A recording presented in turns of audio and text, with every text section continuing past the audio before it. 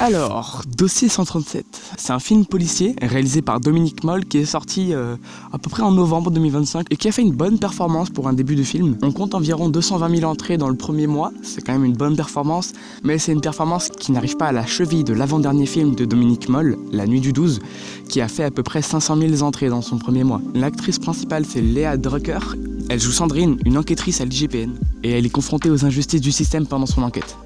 Guillaume, joué par Cône Perronnet, se sépare de son groupe avec Rémi pendant les manifestations des Gilets jaunes de 2017 et Guillaume reçoit un tir de flashball à la tête.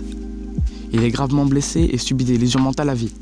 Joël, sa mère, porte plainte à la police et c'est bien sûr Sandrine qui prend l'affaire.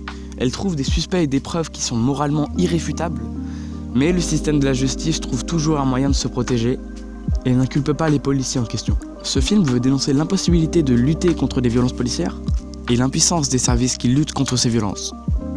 Il montre aussi la frustration des gens qui enquêtent sur ces affaires, mais le film il explore aussi l'envers du décor. Il nous montre aussi l'impact que ça a sur la vie personnelle de Sandrine. C'est tellement une charge de travail énorme que Sandrine n'a plus le temps de s'occuper de son fils, et on voit clairement qu'elle abandonne sa vie extérieure pour l'enquête. Dans l'ensemble, il n'y a pas beaucoup de choses à dire sur le film en soi, je pourrais le qualifier de normal. Mais en revanche, il y a une actualité qui met bien en valeur ce film, c'est l'affaire des bassines de Sainte-Soudine. Si vous ne saviez pas, il y a quelques années, il y a eu une manifestation contre les méga bassines de la ville de Sainte-Soudine. Et pendant cette manifestation, il y a eu beaucoup de tirs de LBD, il y a eu des blessés et des handicapés à vie, exactement comme dans Dossier 137.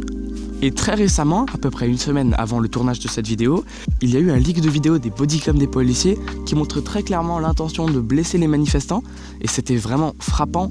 Il n'y avait aucun moyen de contester le fait que les policiers voulaient blesser les manifestants, c'était irréfutable. Dans les vidéos, on entend les policiers compter le nombre de personnes touchées. On n'est pas sur CS les gars.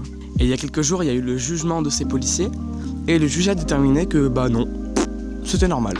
Bon, le film en soi est pas très bien, mais le timing est parfait. Il arrive exactement au moment du jugement des bassines de Sainte-Soudine.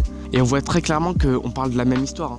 Globalement, c'est des manifestants inoffensifs, des policiers qui tirent sans raison et un système judiciaire qui les protège. Donc pour ma note finale, ça va être un peu compliqué parce que le film en soi, je lui donne une note de 50. Mais si on s'intéresse un peu à l'actualité, avec les bassines de Sainte-Soudine notamment, c'est un excellent film pour illustrer ce problème-là. Donc pour cet aspect-là, je vais monter sa note jusqu'à 75. C'est donc un film que je recommande.